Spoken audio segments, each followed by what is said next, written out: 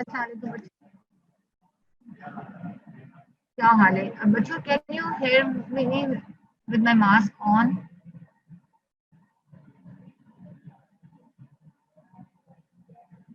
अस्सलाम वालेकुम स्टूडेंट्स, जवाब दे दिया करो सलाम का।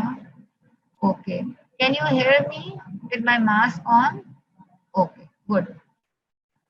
क्या हाल है आप लोगों का?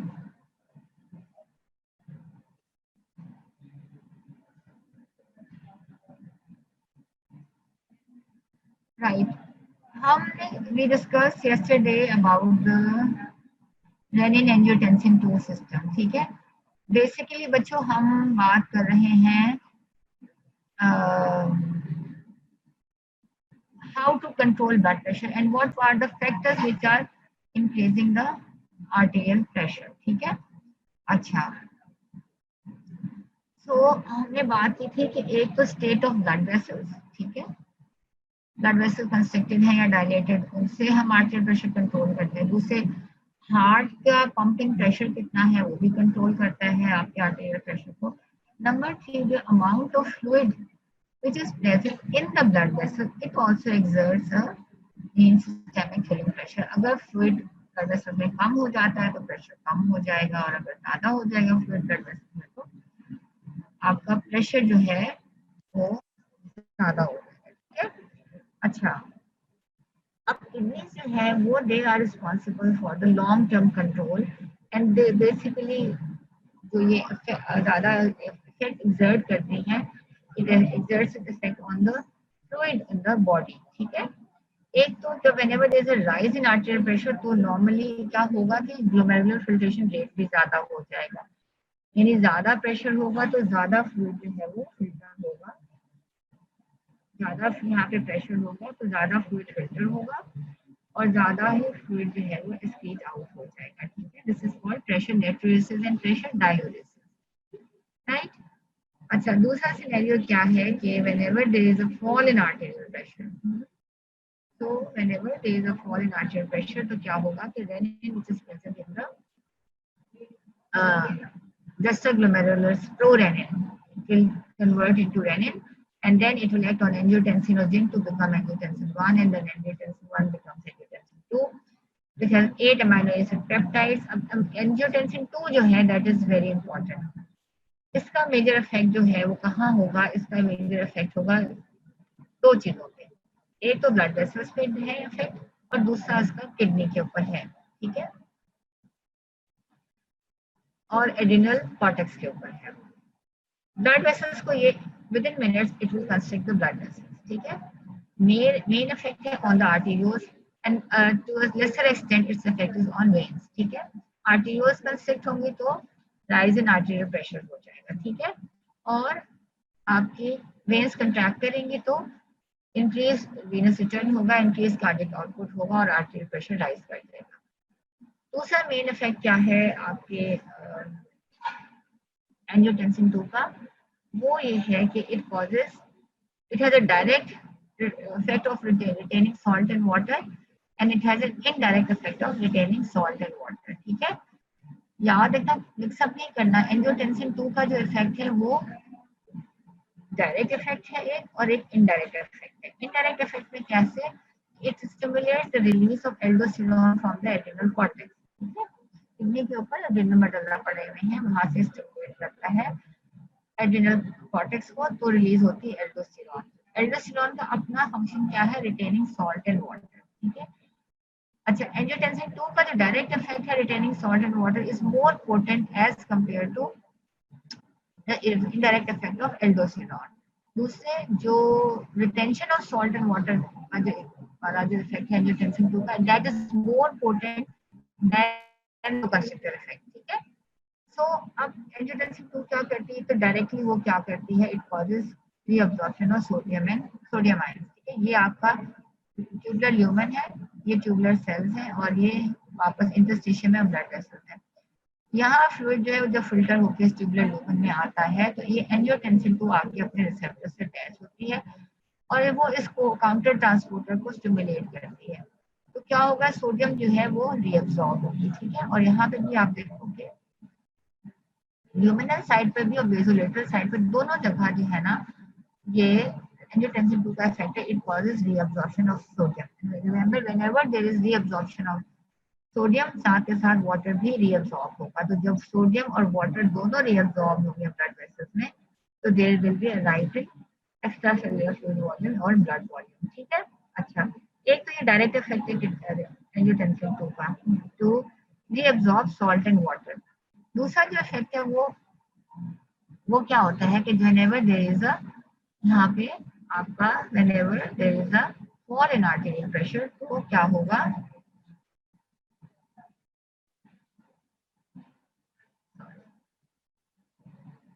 ये देखो। अच्छा, अब एंजियोटेंसिन 2 का क्या इफेक्ट होता है, एक तो वो डायरेक्टली रीअब्सॉर्ब कर रही है, ठीक है, ये देखो ये डायरेक्टली रीअब्सॉर्ब कर रही है एंजियोटेंसिन सोडियम को। दूसरे क्या होता है कि जब एंजियोटेंसिन 2 रिलीज होती है तो वो इफरेंट आर्टेरियोल्स को, ये जो इफरेंट आर्टेरियोल्स है इनको कंस्ट्रिक्ट कर देती है। ठीक है। अब ये जो ब्लड आ रहा है आगे इनटू द पेरिट्यूबुलर कैपिलरीज, जब ये आर्टरीज कंस्ट्रिक्ट हो जाएंगे तो पेरिट्यूबुलर कैपिलरीज का प्रेशर जो है वो कम हो जाएगा। ठीक है। जब प्रेशर यहाँ पे कम हो जाएगा, और ये देखो ट्यूबुलर फ्लूइड, ये जो है ना ये आपकी ट्यूब्यूल्स है, रीनल ट्यूब्यूल्स है। तो जब यहाँ पे प्रेशर कम होगा और यहाँ पे प्रेशर ज्यादा होगा, तो sodium chloride will be reabsorb. ठीक है। अगर यहाँ पे प्रेशर ज्यादा है तो सोडियम रीअब्सॉर्ब नहीं होगा, लेकिन यहाँ पर प्रेशर फॉल हो जाएंगे लाइक ऑल अदर कैपिलरीज। तो जब यहाँ पे प्रेशर फॉल हो जाएगा तो रीअब्जॉर्प्शन होगी फ्लूइड की from the renal tubules to the peritubular capillaries. और ये पेरिट्यूबुलर कैपिलरीज सोडियम क्लोराइड और वाटर को लेकर रीनल में एंटर हो जाएंगे और आपके वीनस रिटर्न इंक्रीज हो जाएगा। ठीक है। तो याद रखो कि ये जो इफरेंट आर्टेरियोल है उसको एंजियोटेंसिन 2 कंस्ट्रिक्ट कर देती है। जब यहाँ पे कंस्ट्रिक्शन हो जाएगी तो flow of blood into the peritubular capillary decreases. जब यहाँ पे फ्लो ऑफ ब्लड कम हो जाएगा तो यहाँ का हाइड्रोस्टेटिक प्रेशर भी कम हो जाएगा। जब हाइड्रोस्टेटिक प्रेशर कम हो जाएगा तो यहाँ का हाइड्रोस्टेटिक प्रेशर ज्यादा है, तो क्या होगा कि sodium chloride and water will move from the renal tubules into the peritubular capillaries, reabsorption हो जाएगी और it will enter the renal vein। ठीक है। तो ये आपका, तो एंजियोटेंसिन 2 जो है basically it is causing vasoconstriction as well as reabsorption of salt and water directly and indirectly through the release of aldosterone 2। ये बहुत इंपॉर्टेंट है। ठीक है, ये आपने अच्छी तरह से दिमाग में अपने बैठा लेना है। अच्छा, उसके बाद फिर हम डिस्कस कर रहे थे कि जब सॉल्ट इंटेक ज्यादा हो जाती है तो व्हाट हैपेंस। ठीक है। यहाँ पे वो दिखा रहे हैं कि जी सॉल्ट इंटेक ज्यादा हो गई है तो आर्टीरियल प्रेशर पे क्या इफेक्ट है। अगर एक बंदा नॉर्मल है, एक बंदे को आपने एंजियोटेंसिन 2 भी साथ दी है, और एक बंदे को आपने एंजियोटेंसिन 2 इनहिबिटर दिया है। ठीक है। तो क्या हो रहा है कि ये नॉर्मल कंट्रोल है। ठीक है। जिसको आपने सॉल्ट इंटेक के साथ एंजियोटेंसिन 2 भी दे दी है, तो आप देखो उसका राइजिंग आर्टीरियल प्रेशर है। ठीक है। और ये वो बंदा है जिसको आपने एंजियोटेंसिन 2 इनहिबिटर दिया हुआ है, एस इनहिबिटर दिया हुआ है, यानी कि एंजियोटेंसिन 2 नहीं बन रही है। ठीक है। तो उसका राइज इन आर्टेरियल प्रेशर इतना ज्यादा नहीं है as compared to the person who has angiotensin 2। मतलब बेसिकली कहने का मकसद ये है कि अगर किसी के अंदर एंजियोटेंसिन 2 ज्यादा प्रोड्यूस हो रही है तो आर्टेरियल प्रेशर ज्यादा राइज होगा with along with the salt intake. और दूसरा बंदा जो है जिसको आपने एंजियोटेंसिन 2 इनहिबिटर दे दिया है, उसके अंदर राइज इन आर्टेरियल प्रेशर नहीं होगा क्योंकि एंजियोटेंसिन 2 नहीं बन रही है। ठीक है। Because angiotensin 2 salt and water की रिटेंशन कर रही है, वो एक्स्ट्रा सेलुलर फ्लूइड वॉल्यूम को बढ़ा रही है, वो ब्लड वॉल्यूम को बढ़ा रही है, उससे मीन सिस्टेमिक फीलिंग प्रेशर बढ़ रहा है और राइज इन आर्टेरियल प्रेशर होता है। ठीक है। अच्छा, ये तो हमने कल का रिवाइज कर लिया। I just wanted to revise this with you because ये बहुत इंपॉर्टेंट है। राइट। अच्छा जी, हमने हाइपरटेंशन डिस्कस कर ली थी कि हाइपरटेंशन क्या होती है, rise in mean arterial pressure. ठीक है। मीन आर्टेरियल प्रेशर कैलकुलेट करेंगे by the systolic and diastolic blood pressure. Systolic blood mean arterial pressure 100 होता है, अगर 100 से ज्यादा है तो फिर आपका 110 से ज्यादा है तो बंदा है, पर्सन इज हैविंग हाइपरटेंशन। अच्छा जी, यहाँ पे भी कुछ कॉजेज हैं हाइपरटेंशन की। एक चीज है कॉल्ड इसेंशियल हाइपरटेंशन, जो कि 90 to 95% के जो हाइपरटेंशन के केसेस हैं वो एक्चुअली होते ही एसेंशियल हाइपरटेंशन होती है। वो कॉज क्या है एसेंशियल हाइपरटेंशन की? There is no cause. ठीक है, कुछ पता नहीं कैसी हो रही है सेंट्रल, ठीक है। और उसमें होता क्या है, ब्लड वॉल्यूम ज्यादा हो जाता है, सिस्टेमिक वैस्कुलर रेजिस्टेंस यानी क्या ज्यादा हो जाता है, और यूजुअली एसेंशियल हाइपरटेंशन किन लोगों को होती है, जो हेरिडिटरी नेचर है, फिर एबनॉर्मल रिस्पॉन्स टू स्ट्रेस है, डायबिटीज है, ओबेसिटी है, age, weight, socio economic status, ये सारी वजूहात हैं, रीजंस हैं for the essential hypertension to occur. इन सब कंडीशन के साथ हाइपरटेंशन होती है, ठीक है। फिर एक दूसरी सेकेंडरी हाइपरटेंशन है, ठीक है। 5 to 10% केसेस जो हैं वो ड्यू टू सेकेंडरी हाइपरटेंशन है, यानी कि सेकेंडरी टू सम डिजीज। उनमें क्या है, या तो रीनल आर्टरी स्टेनोसिस, यानी कि जो ब्लड वेसल जा रही है रीनल आर्टरी में वो स्टेनोज होते हैं, ब्लड फ्लो होता है, किडनी है स्टॉप, या रीनल डिजीज हो गई, या renal kidney itself is damage, ठीक है। या हाइपर एल्डोस्टेरोनिज्म हो गया, यानी कि प्राइमरी, यानी कि एड्रिनल कॉर्टेक्स में जहाँ से एल्डोस्टेरॉन रिलीज हो रहा है वो उसका ट्यूमर बन गया है, ठीक है, और एल्डोस्टेरॉन की सिक्रेशन ज्यादा हो गई, ठीक है। दूसरा क्या है, फियोक्रोमोसाइटोमा। फियोक्रोमोसाइटोमा में क्या होता है, एड्रिनल मडल्ला से रिलीज होते हैं कैटाकोलामिन, ठीक है। एड्रिनल कॉर्टेक्स है और एड्रिनल मडल्ला, किडनी के ऊपर एड्रिनल ग्लैंड्स पड़े, उसका कॉर्टेक्स है और नीचे मडल्ला, मडल्ला में से रिलीज होते हैं कैटाकोलामिन, तो उसको कहते हैं फियोक्रोमोसाइटोमा। तो जब आपकी कैटाकोलामिन ज्यादा हो जाएंगी तो फिर हाइपरटेंशन हो जाएगी, फिर कॉर्टेशन ऑफ एओर्टा, फिर प्रेगनेंसी, फिर हाइपरथायराइडिज्म और कुशिंग सिंड्रोम, इन सब कंडीशंस में ये जो है हाइपरटेंशन हो जाएगी। इनको हम कहेंगे secondary hypertension, because they are अपने due to some abnormality in the body. अच्छा, अब बॉडी के अंदर हाइपरटेंशन जो हो रही है ना, वो दो वजह से हो रही है, या तो बॉडी के अंदर वॉल्यूम ओवरलोड हो गया, ठीक है, या आपकी ब्लड वेसल्स आर्टेरियोल्स का रेजिस्टेंस इंक्रीज हो गया है, तो पेरिफेरल रेजिस्टेंस बढ़ गया है और आपका आर्टेरियल प्रेशर राइज हो गया है, ठीक है। अच्छा, अब कुछ कॉजेज हैं वॉल्यूम लोडिंग हाइपरटेंशन के, ठीक है। एक तो अब आर्टिफिशियल किडनी है, जिसमें आप आर्टिफिशियल किडनी में आप फ्लूइड इन्फ्यूज करते हो, अगर ज्यादा इन्फ्यूज कर दिया तो वॉल्यूम लोडिंग हाइपरटेंशन हो जाएगी। दूसरे प्राइमरी एल्डोस्टेरोनिज्म, प्राइमरी एल्डोस्टेरोनिज्म में क्या है, एल्डोस्टेरॉन की सिक्रेशन ज्यादा होगी, ठीक है। जब एल्डोस्टेरॉन की सिक्रेशन ज्यादा हो जाएगी तो सॉल्ट एंड वाटर की रिटेंशन भी ज्यादा हो जाती है, ठीक है। और क्या है कि कंडीशन इज फर्दर वर्सन अगर सॉल्ट की इंटेक भी ज्यादा हो गई, ठीक है। तो पहले एक तो एल्डोस्टेरॉन ज्यादा बन रहा है, ऊपर से सॉल्ट की इंटेक ज्यादा हो गई है, तो आपका बंदे को हो जाएगी वॉल्यूम लोडिंग हाइपर टेंशन, ठीक है। तीसरी चीज बता क्या हो सकती है वॉल्यूम लोडिंग हाइपर टेंशन, ठीक है, chronic long term rise in arterial pressure जो है वो डैमेजेस द किडनी, ठीक है। अच्छा,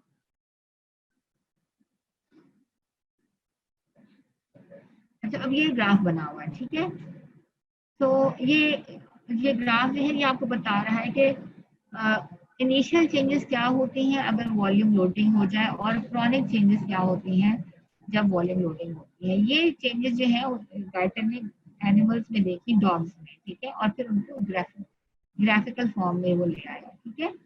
इसमें वो ये दिखाता है, ये देखो, ये ग्राफ है rise and increase and decrease of the extra cellular fluid volume को क्या हो रहा है, ब्लड वॉल्यूम को यहाँ पे क्या हो रहा है, कार्डिक आउटपुट को क्या हो रहा है, टोटल पेरिफेरल रेजिस्टेंस को क्या हो रहा है, और आर्टेरियल प्रेशर को क्या हो रहा है, ठीक है।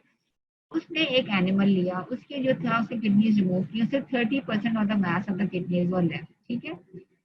उस एनिमल को उसने फिर एक हफ्ता सॉल्ट एंड वाटर पिलाया, ठीक है, खूब सारा सॉल्ट एंड वाटर इन्फ्यूज किया, ठीक है, और वो थ्रू आउट फिर सॉल्ट एंड वाटर को उसके अंदर इन्फ्यूज करता रहता है, जिसके अंदर से 30% ऑफ किडनीज रहते हैं। तो फिर वो चेंजेस देखता है कि क्या चेंजेस आए, ठीक है।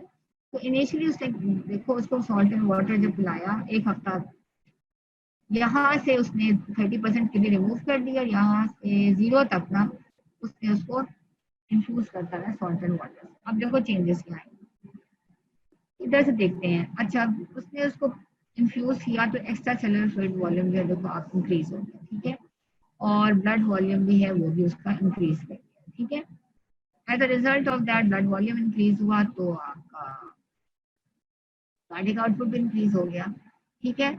अच्छा, अब जब कार्डिक आउटपुट इंक्रीज होगा तो अब आपको याद है कि आपने पढ़ा था कि ये देखो ये कार्डिक आउटपुट इंक्रीज होगा तो आर्टेरियल प्रेशर भी बढ़ जाएगा, ठीक है। तो ये देखो अब क्या हुआ कि उसका कार्डिक आउटपुट भी बढ़ गया, यानी एक्स्ट्रासेलुलर फ्लूइड वॉल्यूम बढ़ा, ब्लड वॉल्यूम बढ़ा, कार्डिक आउटपुट भी बढ़ गया, ठीक है। अब देखते हैं कि जी आर्टेरियल प्रेशर को क्या हो रहा है। आर्टेरियल प्रेशर के लिए कार्डिक आउटपुट बढ़ा है, आर्टेरियल प्रेशर को बढ़ना चाहिए, लेकिन आर्टेरियल प्रेशर अभी इतना ज्यादा राइज नहीं हुआ है, ठीक है। ये जीरो पे देखो आर्टेरियल प्रेशर जो है अभी इतना ज्यादा राइज नहीं हुआ है, बिकॉज जैसे आर्टेरियल प्रेशर थोड़ा सा भी राइज होता है तो क्या होता है कि बेरोरिसेप्टर्स भी कम इनटू एक्शन। तो क्या होगा, बेरोरिसेप्टर की स्टिमुलेशन होगी और कार्डियक आर्टेरियल प्रेशर इतना राइज नहीं करेगा। और आप ये पेरिफेरल रेजिस्टेंस वाले को देखो कि जब बेरोरिसेप्टर्स जो हैं आपके स्टिमुलेट होते हैं तो आपका पेरिफेरल रेजिस्टेंस यानी जो ब्लड वेसल्स हैं वो आपकी आर्टरियोज डायलेट कर जाते हैं, ठीक है। तो आर्टरियोज डायलेट कर जाती है तो पेरिफेरल रेजिस्टेंस जो है फॉल कर जाता है। पेरिफेरल रेजिस्टेंस फॉल कर रहा है इसलिए आर्टरियल प्रेशर इनिशियली इतना ज्यादा नहीं बढ़ेगा, लेकिन आफ्टर 2 डेज 2 दिन के बाद वो जो बेरोरिसेप्टर्स हैं आपके रीसेट हो जाते हैं, बेरोरिसेप्टर्स आपके रीसेट हो जाते हैं और फिर आपका आर्टरियल प्रेशर जो है वो बढ़ जाता है, राइज हो जाता है, ठीक है। तो इनिशियल चेंजेस क्या है कि एक्स्ट्रासेलुलर उस डॉग में जिसकी 30% किडनी रह गई है और उसको आपने इन्फ्यूज किया है with salt and water, initial changes क्या है, rise in extracellular fluid volume, rise in blood volume, rise in cardiac output, and initially first 2 days इतना ज़्यादा rise in arterial pressure नहीं होगा because of the baroreceptors reflex and उस situation में आपका peripheral resistance भी कम हो जाएगा, ठीक है, because baroreceptors will try to control the arterial pressure। लेकिन after 2 days baroreceptors जो है reset कर जाते हैं and there is a rise in arterial pressure। यानी cardiac output की वजह से initial changes क्या है, cardiac output इंक्रीज होने की वजह से आपका आर्टेरियल प्रेशर जो है वो राइज कर गया है, ठीक है। ये इनिशियल चेंजेस है कि कार्डिक आउटपुट के इंक्रीज की वजह से आपका हाइपरटेंशन डेवलप हो गई है, वॉल्यूम लोडिंग हाइपरटेंशन। अब क्या होता है सेकेंडरी चेंजेस बाद में आफ्टर फ्यू डेज क्या होता है कि जैसे जब आपका आर्टेरियल प्रेशर जब कार्डिक आउटपुट जब राइज होता है, टिश्यूज में ब्लड फ्लो ज्यादा जाना शुरू हो जाता है, तो क्या होता है कि टिश्यूज में ऑटो रेगुलेशन शुरू हो जाती है, टिश्यूज में ऑटो रेगुलेशन शुरू हो जाती है। टिश्यूज जो है वो ये देखो ये आपके टिश्यूज हैं, ठीक है। अब कार्डिक आउटपुट ज्यादा हुआ है, ठीक है, ज्यादा ब्लड फ्लो जा रहा है टिश्यूज में, तो टिश्यूज जो है वो ऑटो रेगुलेट करते हैं, ठीक है, ऑटो रेगुलेट करते हैं। ये सारे टिश्यूज जो है ये कंस्ट्रिक्ट अपनी ब्लड वेसल्स को कंस्ट्रिक्ट कर देते हैं। जब ये सारी आर्टिकल्स कंस्ट्रिक्ट कर जाती हैं तो क्या होगा कि पेरिफेरल रेजिस्टेंस जो है वो इंक्रीज कर जाएगा, पेरिफेरल रेजिस्टेंस इंक्रीज कर जाएगा और flow of the blood towards the tissues will decrease, ठीक है, flow of the blood towards the tissues will decrease, तो cardiac output will go back towards normal, ठीक है। Due to auto-regulation, flow of the blood to the tissues decreases and then cardiac output goes back towards normal, ठीक है। ये देखो आपको याद होगा कि जैसे कार्डिक आउटपुट इंक्रीज होता है ऑटो रेगुलेशन होती है और इंक्रीज टोटल पेरिफेरल रेजिस्टेंस होता है, ठीक है। अच्छा, तो अब आप देखो कि क्या हो रहा है कि ड्यू टू ऑटो रेगुलेशन, ठीक है, ये ऑटो रेगुलेशन की वजह से heart amount of blood flowing to the heart decrease, cardiac output जो है वो कम हो रहा है, लेकिन आप देख रहे हो कि ड्यू टू ऑटो रेगुलेशन जो सारी आर्टरियोज कंस्ट्रिक्ट हुई हुई हैं तो आपका पेरिफेरल रेजिस्टेंस जो है वो इंक्रीज हो रहा है, ठीक है। अच्छा, अब जब सेकेंडरी चेंजेस है लॉन्ग टर्म चेंजेस में क्या हो रहा है कि due to auto regulation cardiac output is decreasing, peripheral resistance is decreasing and आप यहाँ पे देखो कि एक्स्ट्रा सेलुलर फ्लूइड वॉल्यूम और ब्लड वॉल्यूम भी टुवर्ड्स नॉर्मल आ जाता है। वो ये कहता है कि ये जो एक्स्ट्रा सेलुलर फ्लूइड वॉल्यूम और blood volume long term changes में क्या होता है कि ड्यू टू जो थोड़ी बहुत किडनी रह गई वो प्रेशर नेट्रोलिसिस डायलिसिस करती है और इन causes loss of excess salt and water from the body, ठीक है। तो ब्लड वॉल्यूम और ये एक्स्ट्रा सेलुलर फ्लूइड वॉल्यूम कम हो जाता है, ऑटो रेगुलेशन की वजह से कार्डिक आउटपुट कम हो जाता है और पेरिफेरल रेजिस्टेंस इंक्रीज हो जाता है, लेकिन ये जो rise in arterial pressure persist करता है, this rise in arterial pressure has occurred due to increase in cardiac output. वो ये कहता है कि ये जो हाइपरटेंशन हुई है उसकी बेसिकली वजह ये है कि जो extra cellular fluid volume blood volume increase हुआ था उसने कार्डियक आउटपुट को इंक्रीज कर दिया, और ये जो कार्डियक आउटपुट इंक्रीज हुआ है उसकी वजह से हाइपरटेंशन डेवलप हुई है। एंड इट्स ठीक है। और जो लॉन्ग टर्म चेंजेस में भी जो हाइपरटेंशन परसिस्ट कर रही है वो that is due to that has developed due to rise in cardiac output. 2 के बाद में cardiac output goes back towards normal, लेकिन हाइपरटेंशन अब डेवलप होगी तो वो परसिस्ट करेगी। दिस लॉन्ग टर्म चेंजेस में जो राइज इन आर्टेरियल हाइपरटेंशन है वो that is not due to this thing increase in peripheral resistance, this rise in arterial pressure is due to increase in cardiac output। ठीक है।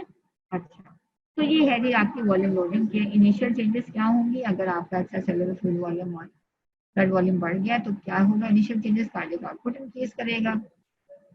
First 2 days में arterial pressure increase नहीं करेगा because of the baroreceptor stimulation. Baroreceptor stimulation आपके on कर गया है, लेकिन आफ्टर 2 days जब वेलोरिसेप्टर्स रीसेट हो जाते हैं तो आर्टेरियल प्रेशर राइज करता है। ठीक है।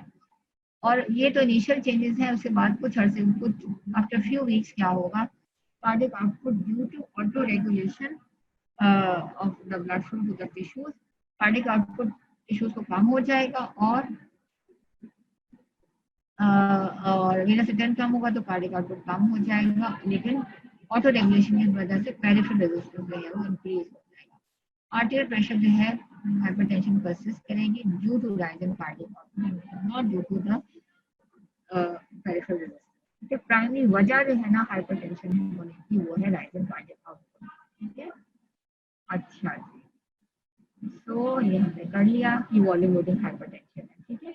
बस आपको बेसिक कॉन्सेप्ट समझ में आना चाहिए, बाकी इसमें से कोई इतना सवाल ही आता है ये सब मैंने आपको पढ़ा दिया। ठीक है। अच्छा, उसके बाद ये तो हो गई ना वॉल्यूम लोडिंग हाइपरटेंशन। ठीक है। अब वॉल्यूम लोडिंग हाइपरटेंशन के बाद दूसरी एक और हाइपरटेंशन होती है cause by renin secreting tumour. ठीक है। या तो किडनी के अंदर कोई ट्यूमर हो गया है जस्ता ग्लोमेरुलर सेल में जो रेनिन को रिलीज कर रहा है, या टिश्यू में रीनल टिश्यू में इस्कीमिया हो गया, ब्लड फ्लो कम हो गया। तो अच्छा, अब ये क्या करेगा, जब रेनिन सिक्रेटिंग रेनिनल इस्कीमिया हो गया या रेनिन प्रोड्यूस होना शुरू हो जाती है तो इसमें दोनों तरह की दोनों there are 2 reasons for the hypertension to develop. क्योंकि अब आपको पता है कि एंजियोटेंसिन 2 जो है वो स्टिमुलेट कर रही है रिलीज ऑफ एंजियोटेंसिन 2 को। एंजियोटेंसिन 2 जो है जनरलाइज वेजोकंस्ट्रिक्शन भी करेगा। ठीक है। तमाम आर्टिकल्स को कंस्ट्रिक्ट भी करेगा। दूसरे it is retaining salt and water. तो ये जो हाइपरटेंशन है इसमें retention of salt and water यानी वॉल्यूम ओवरलोड भी हो रहा है। शोर हम ठीक है। तो ये जो है आपका ये जो रीनल ट्यूमर है, रेनिन सिक्रेटिंग ट्यूमर है या रीनल इस्कीमिया है। रीनल इस्कीमिया का मतलब है blood flow to the kidneys has decreased. तो इसमें आपकी एक्चुअली जो राइज इन आर्टेरियल प्रेशर है due to blood vessels also जो कि कंस्ट्रिक्ट कर रही है, दूसरी वॉल्यूम लोडिंग हाइपरटेंशन भी है because angiotensin 2 is retaining salt and water over a period of days. ठीक है। अच्छा, अब एक फिर इन्होंने एक्सपेरिमेंट किया जो उसे कहते हैं 1 kidney gold blood hypertension and दूसरा है 2 kidney gold blood hypertension. 1 kidney gold blood hypertension में क्या होता है कि उन्होंने क्या किया कि डॉग को लिया। ठीक है। और उन्होंने उसकी एक किडनी रिमूव कर दी। ठीक है। और दूसरी किडनी के आगे उसने ब्लड वेसल के ऊपर वेजोकंस्ट्रिक्टेड क्लैंप लगा दिया, यानी कि यहाँ से blood flow to the kidney decrease. अब जब blood flow to the kidney decrease हो जाएगा तो क्या होगा, किडनी सेंस करेगी कि जी आर्टेरियल प्रेशर फॉल कर गया। तो अब ये किडनी क्या करेगी, this will start producing renin and renin produce होगी और फिर एंजियोटेंसिन 2 बनेगी। ठीक है। तो अच्छा, अब क्या होगा, एंजियोटेंसिन 2 बन गई। अब आप देखो कि ग्राफिकल क्या चेंजेस आए, ये देखो। अच्छा जी, ये प्रेशर का ग्राफ है। ठीक है। ये प्रेशर का ग्राफ है और ये आपका रेनिन सिक्रेशन का ग्राफ है। ठीक है। ये रेनिस्ट्रेशन कितनी हो रही है और कितने दिनों में हो रही है, ठीक है। तो ये जो है डेज बता रहा है, ये changes occurring in how many days. और ये प्रेशर चेंजेस है। प्रेशर चेंजेस में ये जो डैश लाइंस है ना, ये दिखा रही हैं pressure changes in the renal kidney, ठीक है। और जो ये है आपका, ये जो स्ट्रेट लाइन है, वो बता रही है कि सिस्टेमिक वेसल में क्या प्रेशर चेंजेस आ रहे हैं, ठीक है।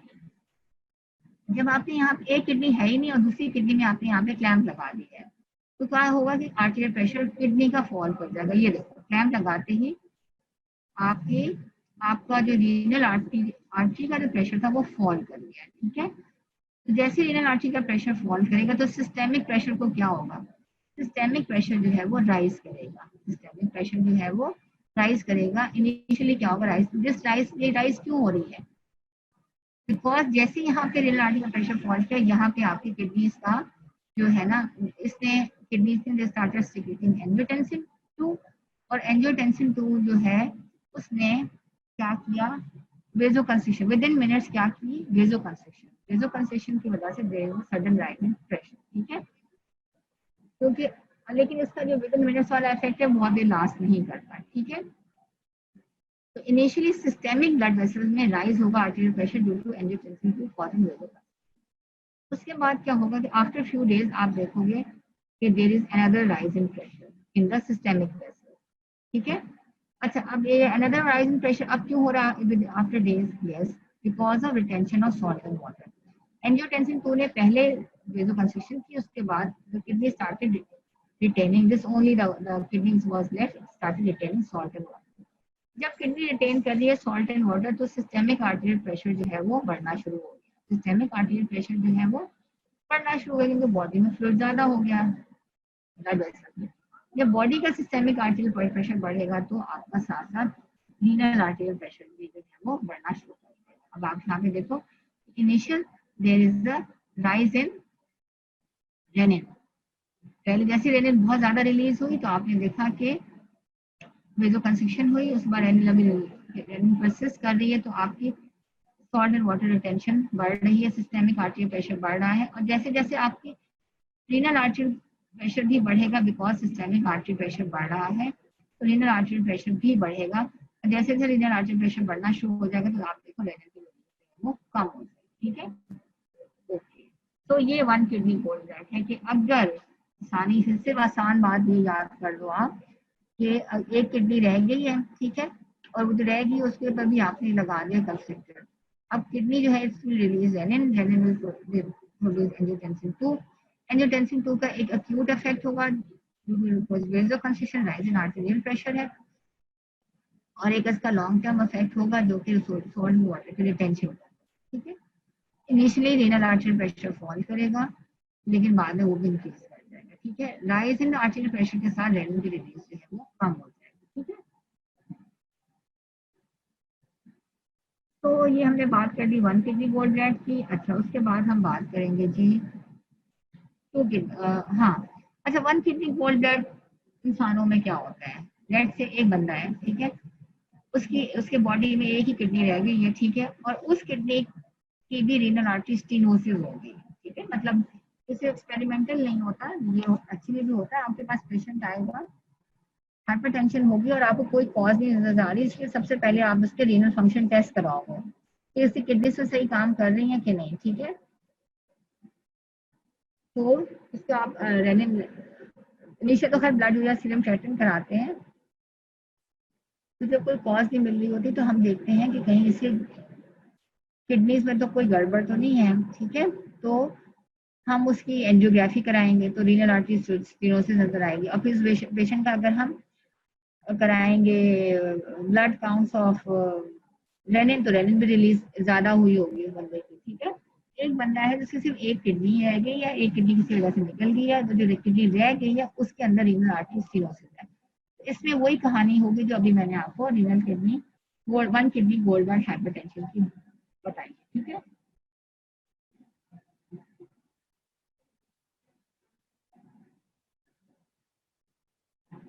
ठीक है, और वो फिर ये भी कहते, एक ये वजह है कि जनाब रीनल किडनी की ये जो आर्टरी है ये स्टीनोज हो गई है, ये आर्टरी जो है एक ही आठ किडनी और ये किडनी भी स्टीनोज होगी, या वो ये कहता है कि जो एक किडनी पड़ी है, एक है ही नहीं, एक किडनी जो पड़ी है उसमें वेरियस लेवल के रेजो कंस्ट्रक्शन हो रही है, ठीक है। तो ये वजह होगी, इसमें one kidney Goldblatt hypertension develop होगी।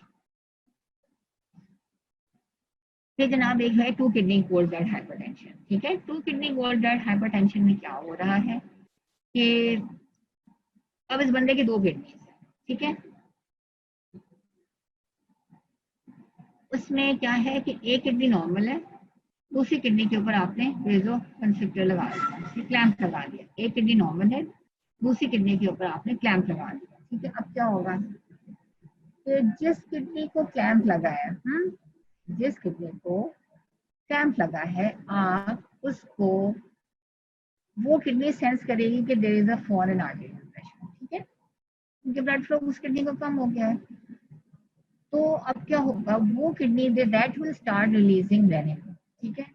जब वो रेनिन रिलीज करेगी तो ब्लड में रेनिन बढ़ जाएगी और एंजियोटेंसिन 2 फॉर्म होगी। अब ये जो एंजियोटेंसिन 2 फॉर्म हुई है वो जाके दोनों किडनीज पे एक्ट करेगी, वो जाके दोनों किडनीज पे एक्ट करेगी to retain salt and water, right. इसका मतलब हुआ कि जो जिस किडनी को आपने कंस्ट्रिक्टर लगाया था उससे जो रेनिन और एंजियोटेंसिन 2 फॉर्म हुई है उसने जाके अपनी किडनी से भी और ऑपोजिट किडनी दोनों से सॉल्ट एंड वाटर की रिटेंशन शुरू करा दी है, ठीक है। तो both the kidneys for different reasons become salt and water retainers causing hypertension. और इसकी एग्जांपल क्या है, एक बंदा है जिसकी दो किडनीज हैं, ठीक है। नॉर्मल लाइफ में क्या है, एक बंदा है जिसकी दो किडनीज हैं, ठीक है, और एक किडनी नॉर्मल है और दूसरी किडनी किसी वजह से उसकी जो अरीनल आर्टरी है स्टीनोज हो गई, ठीक है। तो उसमें two kidney Goldblatt hypertension. कहानी वही है कि जैसे ही आप ब्लड फ्लो किसी किडनी को रोकोगे, चाहे वो एक है या दो है, तो क्या होगा, रेनिन रिलीज होना शुरू हो जाएगी और retention of salt and water, ठीक है, आफ्टर वेदो। अच्छा, फिर वही कहता है कि कुछ किडनी डिजीजेज ऐसी होती हैं कि पैची इस्कीमिक डिजीजेज होती हैं, यानी कि किडनी में जो ब्लड वेसल्स पड़ी हुई हैं उनका स्कीमिया हो गया, ठीक है। तो वहाँ पे कोई लोकल वेजो कंस्ट्रिक्टर्स पड़े हुए हैं जहाँ जिन्होंने पैची स्कीमिया कर दिया किडनी, ठीक है। The patchy ischemic kidney tissue secretes renin and this in turn acts through the formation of angiotensin। अब जहाँ जहाँ ब्लड फ्लो कम है किडनी के, पैची एरियाज हैं, और जहाँ जहाँ पे ब्लड फ्लो उन किडनी का वहाँ पे कम है, तो वो क्या करेंगे, वो areas they will start releasing renin, ठीक है। और रेनिन जो है एंजियोटेंसिन 2 बनाएगी and then there will be retention of salt and water, ठीक है। And this is one of the most common causes of renal hypertension especially in older person. Older person में क्योंकि ब्लड फ्लो किडनी को कम हो जाता है तो कुछ कुछ एरिया जो है ना वो स्कीमिक हो जाते हैं। अब जहाँ जहाँ वो स्कीमिया होता है तो ब्लड फ्लो कम हो जाता है, तो किडनी सेंस करती है कि ब्लड फ्लो कम हो गया तो वो रेनिन रिलीज करना शुरू कर देती है और that's because salt and water retention. चलो अच्छा, काफी पढ़ लिया, थोड़ी सी ब्रेक ले लेते हैं।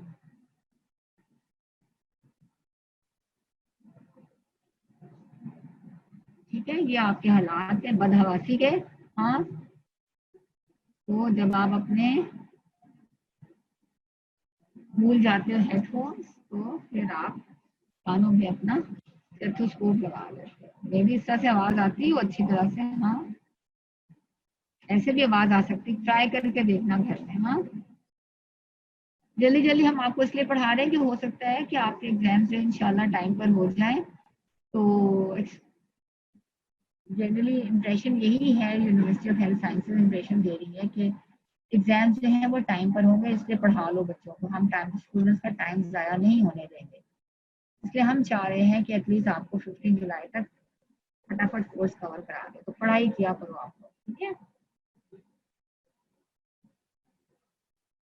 अच्छा जी, अब है जी कोऑप्टेशन ऑफ योर।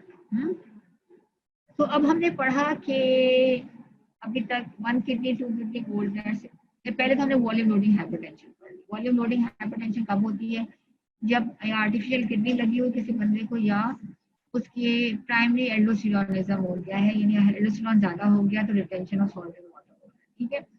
दूसरी हमने कंडीशंस पढ़ी जिसमें रीनल आर्टरी स्टेनोसिस हो रही है, ठीक है, रीनल आर्टरी स्टेनोसिस हो रही है या किडनी के कुछ एरियाज जो है वो उनकी ब्लड वेसल जो है वो स्टीनोज हो गई है, तो वहाँ पे स्टीमिया है, वहाँ पे ब्लड फ्लो कम हो गया है, ठीक है। इन सारी सिचुएशन में जब ब्लड फ्लो किडनी में कम हो जाएगा, प्रेशर फॉल कर जाएगा, तो रेनिन रिलीज होगी, जो कि जाके अगर दूसरी किडनी है या नहीं है, वो जो भी कितनी भी किडनी मौजूद है उस पर जाके एक्ट करेगी and will cause salt and water retention leading to hypertension, ठीक है।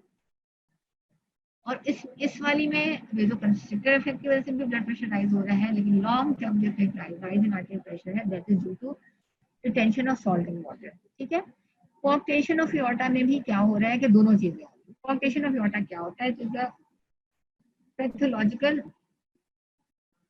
कंस्ट्रिक्शन और ब्लॉकेज, ये देखो ये आपकी एओर्टा है, ठीक है, एओर्टा यहाँ पे इसकी पैथोलॉजिकल कंस्ट्रिक्शन है, 1 in 1000 बेबीज है आपकी ये कोऑक्टेशन ऑफ द एओर्टा, ठीक है।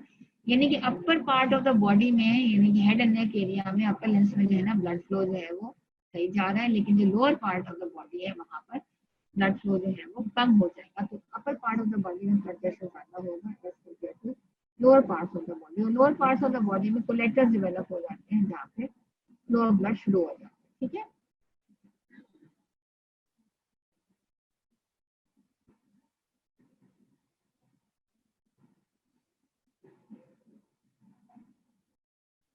अच्छा, अब इसमें क्या है, इसमें अब आप खुद बताओ, ऊपर तो ब्लड जा रहा है, ठीक है, नीचे ब्लड फ्लो कम हो गया, नीचे ब्लड फ्लो कम हो गया तो blood flow towards the kidney will also decrease, blood flow to the kidneys will decrease, तो फिर क्या किडनी सेंस करेंगे कि आर्teriयल प्रेशर जो है वो फॉल कर गया है, तो क्या करेंगे, किडनी रिलीज करेंगे, एंजियोटेंसिन 2 बनेगी, ठीक है, और retention of salt and water, ठीक है। अब जब retention of salt and water होगी तो जो अपर साइड का अपर पार्ट का जो आर्teriयल प्रेशर है वो और ज्यादा बढ़ जाएगा, ठीक है, और नीचे का जो भी arterial pressure retention of salt and water की वजह से बढ़ेगा, ठीक है, अंटिल नीचे का जो प्रेशर है वो नॉर्मल हो जाएगा retention of salt and water की वजह से, और ऊपर का आर्teriयल प्रेशर जो है वो बहुत ज्यादा हो जाएगा, राइट।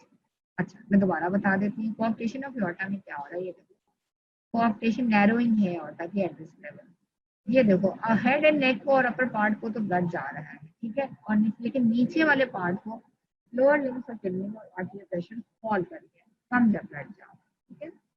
तो क्या होगा, किडनी जो है रिलीज करेगी रेनिन फॉर्म में, which will form angiotensin 2, और angiotensin 2 जो है वो क्या रहेगी, इस retention of salt and water. अब जो वो किडनी जो है रिटेन कर रही है सॉल्ट एंड वाटर, तो क्या होगा कि ऊपर का प्रेशर जो पहले ज्यादा था वो और ज्यादा हो जाएगा, और नीचे का जो प्रेशर कम था वो आ जाएगा टूवर्ड्स नॉर्मल, ठीक है। तो राइट, समझ में आ गई कि फिर यानी ऊपर यानी कि there is a pressure difference between upper part of the body and the lower part of the body, ठीक है।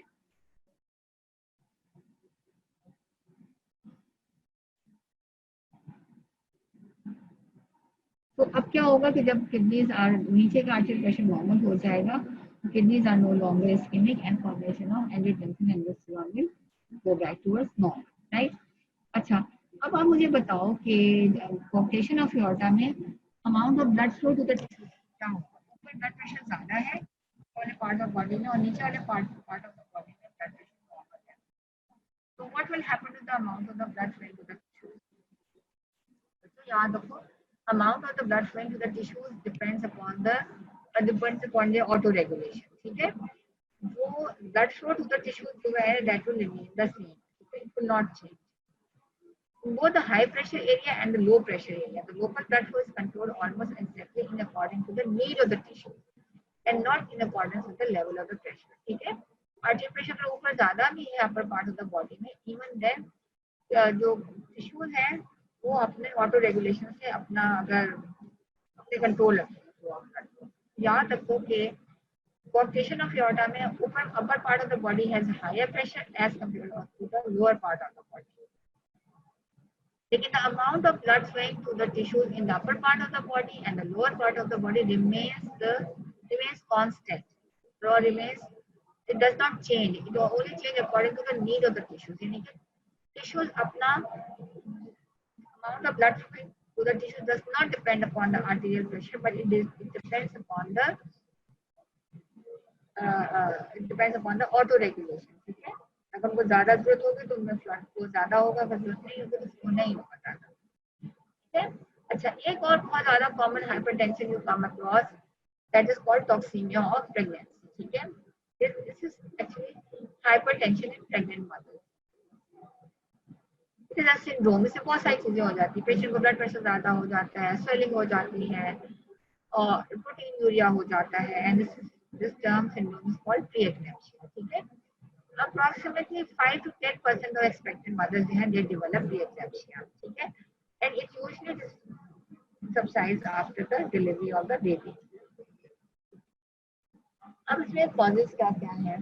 Causes इसमें है, क्या होता है, जो प्लेसेंटा होती है ना, it releases toxic factors। जो टॉक्सिक फैक्टर्स है ना, वो ब्लड वेसल्स के एंडोथेलियल सेल्स को डैमेज कर देते हैं, ठीक है।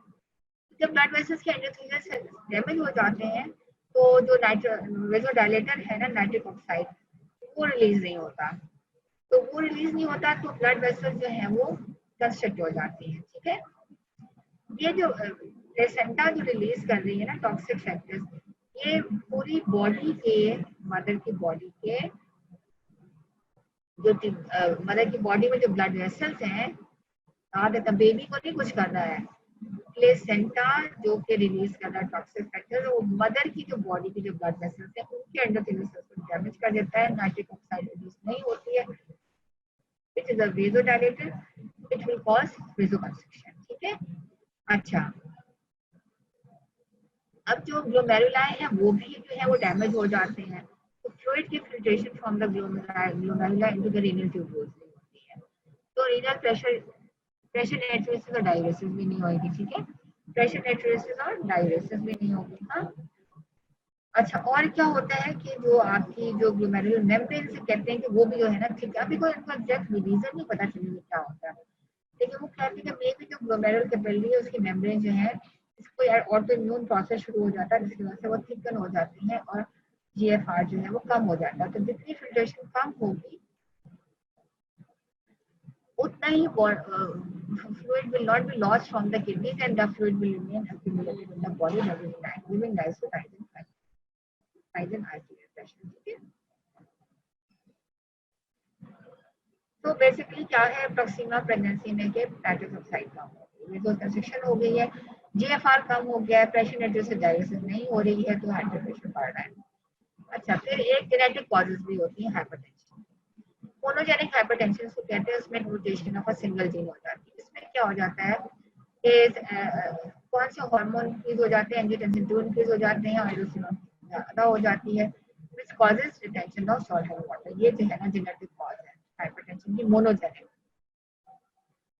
अच्छा जी, फिर एक हाइपरटेंशन न्यूरोजेनिक। न्यूरोजेनिक हाइपरटेंशन में क्या होता है कि अगर if a person becomes excited for any reason, ठीक है, या excited due to anxiety, sympathetic system जो है ना वो हाई एक्टिवेट हो जाता है।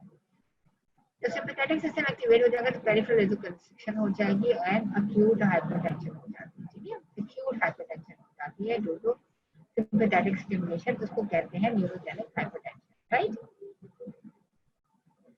फिर उसके बाद है जी, अच्छा हाइपरटेंशन में होता क्या है कि देखो नॉर्मली जो है ना आपके जो वेरो रिसेप्टर्स हैं वो वेसोमोटर सेंटर्स को इनहिबिट करके रखते हैं, ठीक है, तो ताकि आर्टरी प्रेशर राइज ना करे।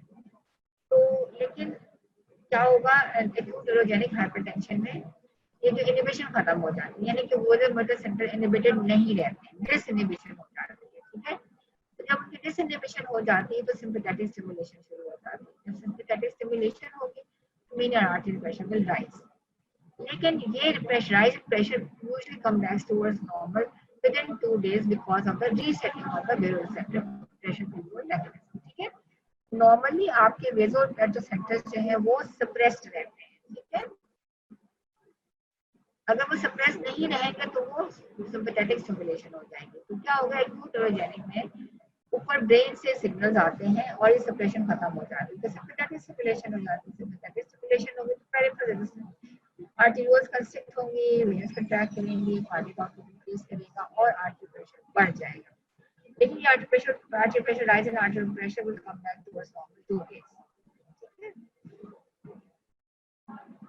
अच्छा, फिर जनाब अब हम आ जाते हैं सबसे इम्पोर्टेंट हाइपरटेंशन, जो मोस्ट इम्पोर्टेंट, क्या मोस्ट कॉमन कॉज है हाइपरटेंशन की, वो है प्राइमरी या एसेंशियल हाइपरटेंशन। ठीक है, 90% लोग हैं वो they suffer from primary essential hypertension, जिनकी कोई कॉज नहीं पता चलती है। ठीक है,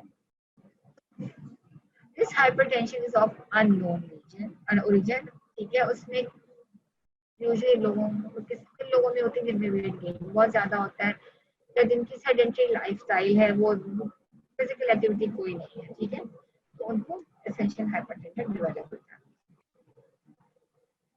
अच्छा जी, अब एसेंशियल हाइपरटेंशन के ऊपर के सर्कुलेटरी इफेक्ट्स क्या है, क्या होता है उसमें? कार्डिक आउटपुट जो है वो बढ़ जाता है। ठीक है, अच्छा कार्डिक आउटपुट क्यों बढ़ गया है?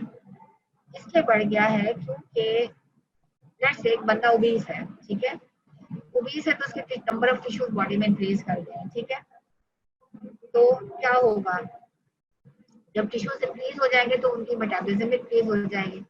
जब मेटाबॉलिक रेट इंक्रीज होगा तो ग्रोथ भी और टिश्यूज की इंक्रीज हो जाएगी। ठीक है, और जब मेटाबॉलिज्म नंबर ऑफ टिश्यूज ज्यादा हो जाएंगे तो फिर मेटाबॉलिज्म ज्यादा हो जाएगी and blood flow to this tissues will increase.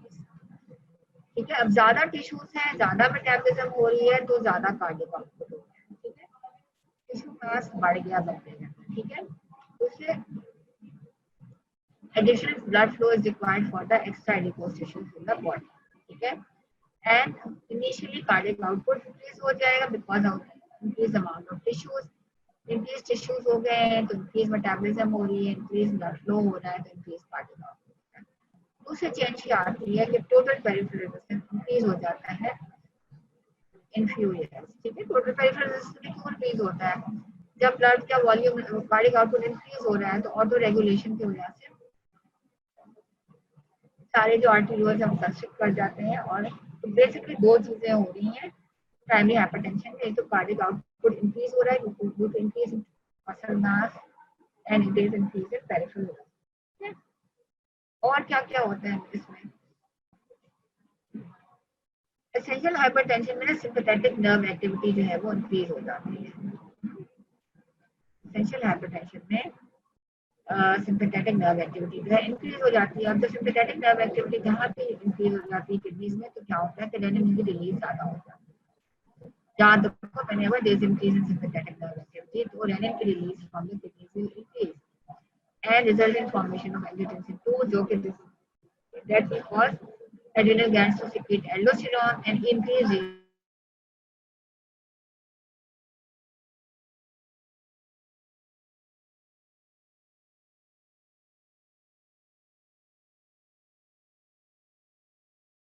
एक और वजह क्या होती है कि लेप्टिन जो रिलीज हो रही है वेसोमोटर साइड हो रही है तो सिंपैथेटिक स्टिमुलेशन होती है।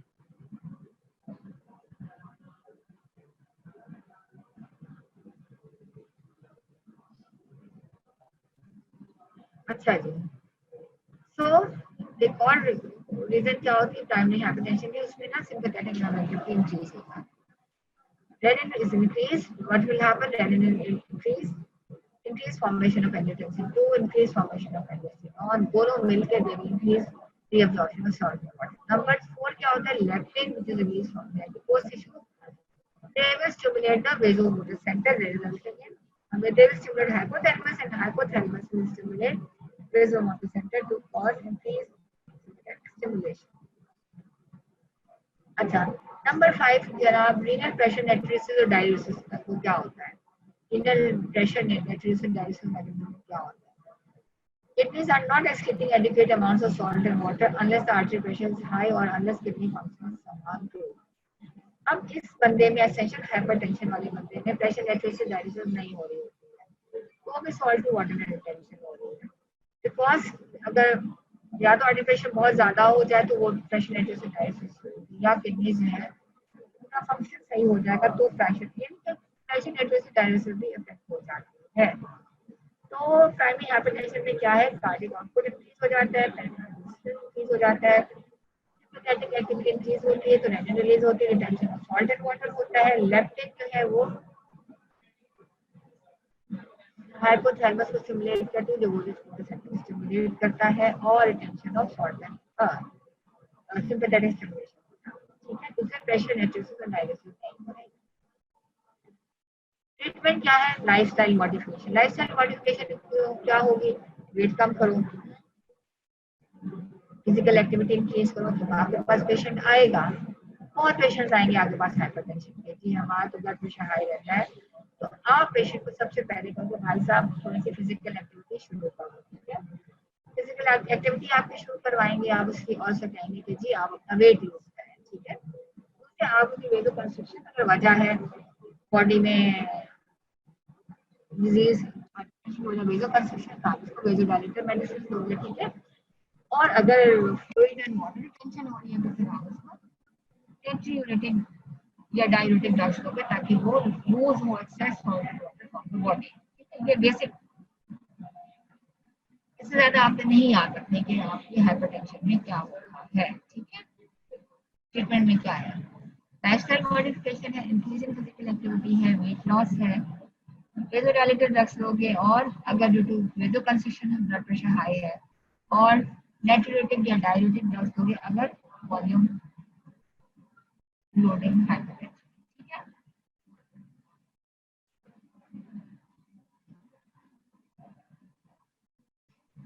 आपको मैं कुछ दिखा दूं, है मैंने तो एक दे दूं आपको।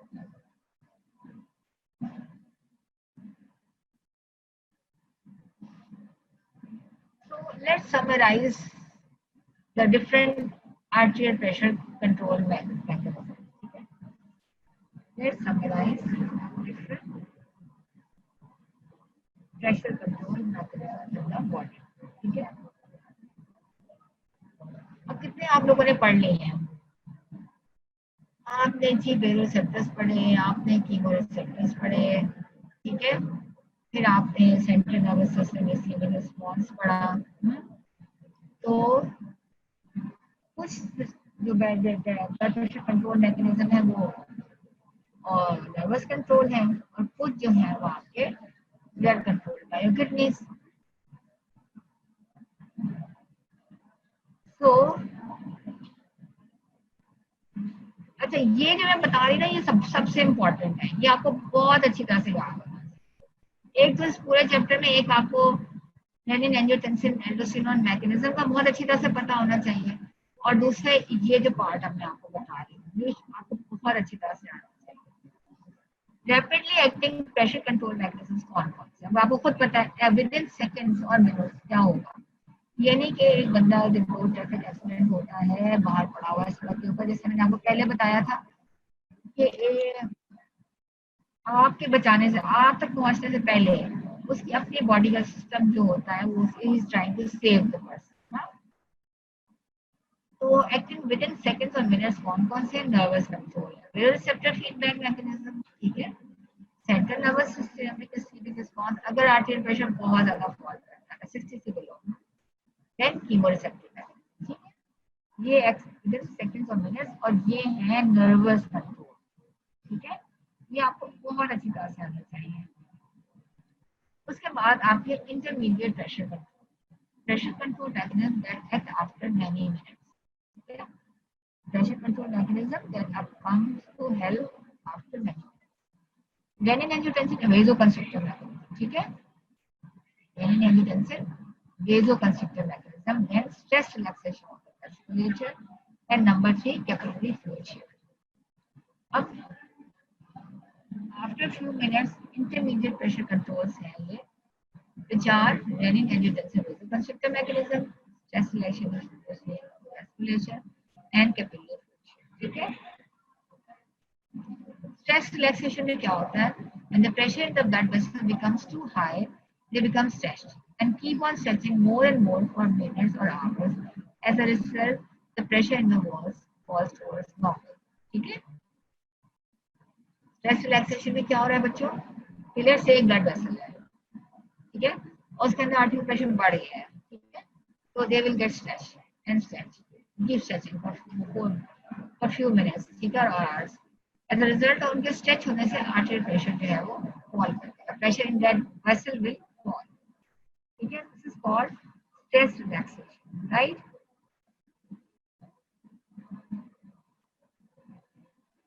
ये रहती है आपकी capillary fluid shift. Capillary fluid shift क्या होती है? Shift of fluid through the tissue capillaries was in and out of the circulation to readjust the blood volume as needed.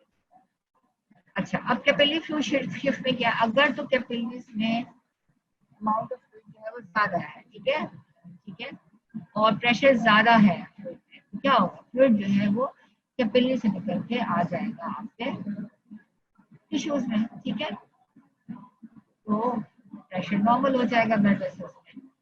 अच्छा, अगर ब्लड वेसल्स में प्रेशर कम है तो कैपिलरीज में pressure कम होगा, यानी हाइड्रोस्टैटिक प्रेशर कम है, तो क्या होगा, जब हाइड्रोस्टैटिक प्रेशर कम होगा as compared to the interstitial fluid pressure, तो fluid will move from the tissues into the blood vessel, ठीक है, this is called capillary fluid shift. आपने कैपिलरीज पढ़ी है तो आपको समझ में आ जाएगा। बॉडी में अगर प्रेशर कम हो गया है तो आपका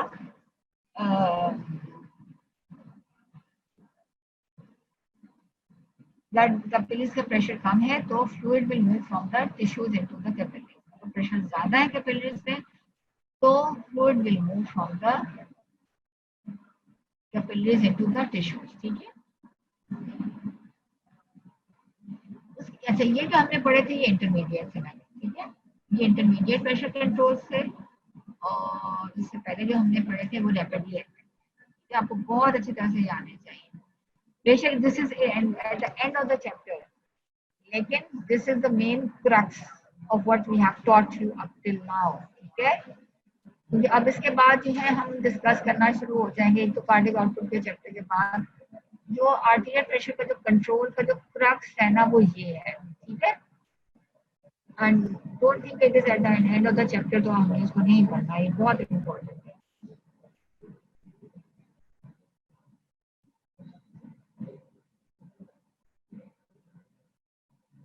फिर जी आगे आपका long term mechanism for arterial pressure regulation, it takes days and hours, takes days and hours, और उसका क्या नाम है, रेनिन एंजियोटेंसिन एल्डोस्टेरॉन। क्या करता है ये सब आपको पता है, मैंने बार बार आपको बता दिया। ये जी ग्राफ दिया गया आपको,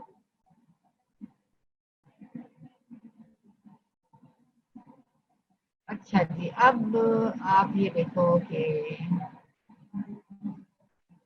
ये क्या है,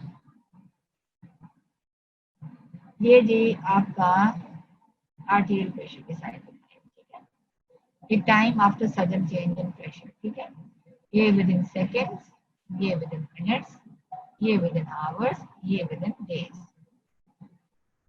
अब आप देखो क्या होगा, इमीडिएटली ये देखो ब्लैक वाला बेरो रिसेप्टर कंट्रोल करेगा, ठीक है, लेकिन कुछ अर्से के बाद इसका इफेक्ट खत्म हो जाएगा। इमीडिएटली कीमोरिसेप्टर्स का दौर देखो, ये देखो ये जो ब्लू वाला लाइन है ये कीमोरिसेप्टर्स, फ्यू मिनट्स के बाद इसका इफेक्ट, और immediately with in seconds zero के ऊपर ही आपका सीनस की रिस्पॉन्स थोड़ा सा आगे आ जाओ शुरू होगा, और थोड़ा सा लेट है एज कम्पेयर टू, सबसे पहले बेरो रिसेप्टर्स का है, फिर कीमोरिसेप्टर्स का है, एंड देन, लेकिन ये है विद इन सेकेंड, तीनों विद इन सेकेंड। ये आपका देखो ये कितना आपका राइज इन आर्टेरियल प्रेशर करेगा, ठीक है, इंटेंस सिंपैथेटिक स्टिमुलेशन हो जाती है सीनस गिवन रिस्पांस में, और there is rise in pressure, ठीक है, ये भी कुछ अर्से के बाद कम होगा, ठीक है, तो इंस्टेंटली वेरोरिसेप्टर्स यहाँ तक प्रेशर ले आएगा आपका, देन कीमोरिसेप्टर्स भी they will help, and sinus given response जब आर्टेरियल प्रेशर को फॉल कर जाएगा, ठीक है, फिर आपका आ जाता है stress relaxation, after in minutes में, सेकंड्स टू मिनट आपकी स्ट्रेस रिलैक्सेशन हो जाती है, बट अगर प्रेशर ज्यादा है तो वो डायलेट करता है और आर्टेरियल प्रेशर फॉल करता है। फिर कैपिलरी फ्लूइड शिफ्ट आप देख लो कि अगर आर्टेरियल प्रेशर ज्यादा हो गया तो फिर बाहर निकलेगा, कम है तो फिर ब्लड वेसल में अंदर है, ठीक है। उसके बाद आप आ जाओ,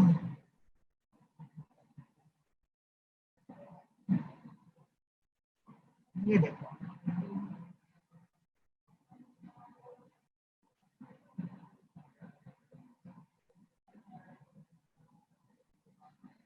ये कैपिलरी फ्लूइड शिफ्ट है, सॉरी ये जो है ना ब्रेसी लाइन, ये जो है ना ये आपका रेनिन एंजियोटेंसिन एल्डोस्टेरोन। अब आप ये देखो कि रेनिन एल्डोस्टेरोन के विद इन मिनट्स ये उसका मिनट्स वाला इफेक्ट है, ठीक है।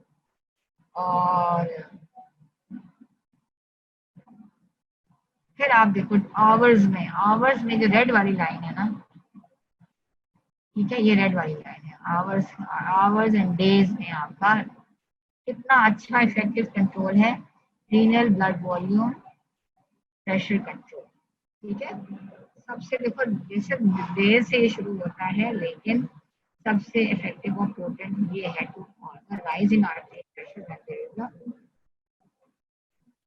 There is a fall in pressure, ठीक है।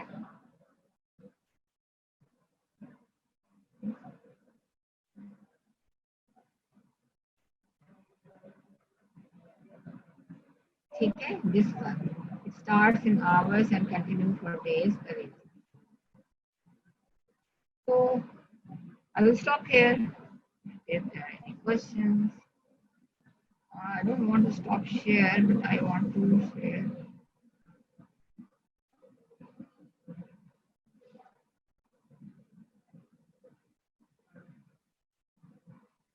चैट ऑन कर दो, अनम्यूट कर दो बच्चों को। Hello, sorry, I am sorry, chat on कर दो, अनम्यूट कर दो बच्चों को, सबको नहीं, कुछ बच्चों को।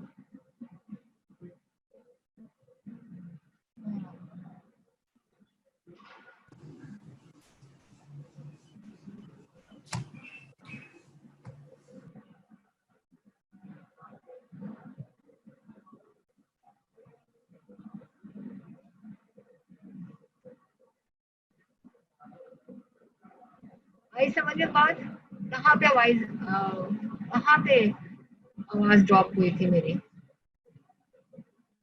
देखो ये वाली जो डायग्राम है ना, इसको बस आपने समझने के लिए रखना, या पढ़ने की कोई जरूरत नहीं है। मतलब सिर्फ आपको वो जो कंपोनेंट्स लिखे हुए हैं ना वो आपने याद करना है, ठीक है।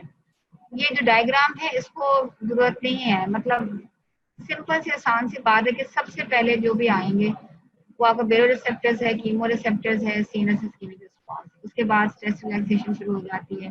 ये देखो कैपिलरी फ्लूइड शिफ्ट शुरू हो जाती है, रेनिन एंजियोटेंसिन भी शुरू हो जाती है, ठीक है। ये यहाँ पे वो वेजोकंस्ट्रिक्शन कर रही है, लेकिन लॉन्ग टर्म जो है ये आपका, इसको मेरा नहीं ख्याल है कि आपको वो आएगा ग्राफ, ठीक है।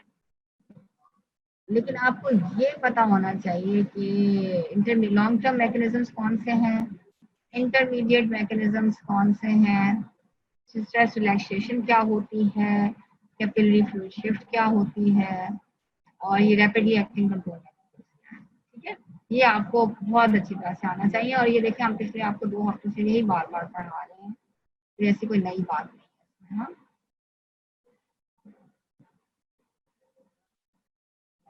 प्रैक्टिकल की क्या फिक्र है आप लोगों को? प्रैक्टिकल में आपको असल बात तो थ्योरी है, प्रैक्टिकल भी कोई डिजाइन कर लेंगे मोड हम, इसलिए आप लोग तैयारी रखो।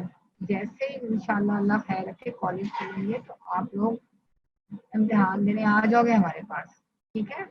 इसलिए प्लीज पढ़ाई को बहुत सीरियसली लो, एंड बिकॉज आप लोगों का ये फर्स्ट ईयर है and you should take your studies very seriously. आवाज आ रही है मेरी? पता नहीं कब आवाज मेरी ड्रॉप हुई थी बच्चों। आ गया सब कुछ समझ में? कोई सवाल है तो मेरे से पूछ लो। Any question? कब वापस आओगे? बस अल्लाह से दुआ करो बच्चों कोरोना खत्म हो जाए तो वापस आ जाएंगे, आप आ जाओगे। हाँ, लेकिन ये दिमाग में रखो कि एग्जाम आपका हो जाएगा। University is not going to take extra time, क्योंकि आप लोगों की ऑनलाइन पढ़ाई हो रही है, ठीक है। तो please take your classes very seriously, पढ़ो बैठ के। अच्छा, एनी क्वेश्चन? कोई चीज अगर बात नहीं समझ में आई है तो मेरे से आपको पूछ लो।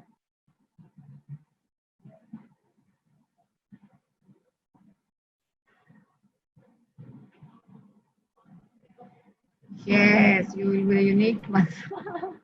एग्जैक्टली, ऑनलाइन डॉक्टर्स नहीं, नहीं, इंशाल्लाह अल्लाह खैर रखेगा। आप लोग ऑनलाइन के अलावा आप लोग वर्चुअल डॉक्टर्स नहीं होंगे, आप इंशाल्लाह प्रॉपर आपकी क्लासेस हुआ करेंगी, ठीक है।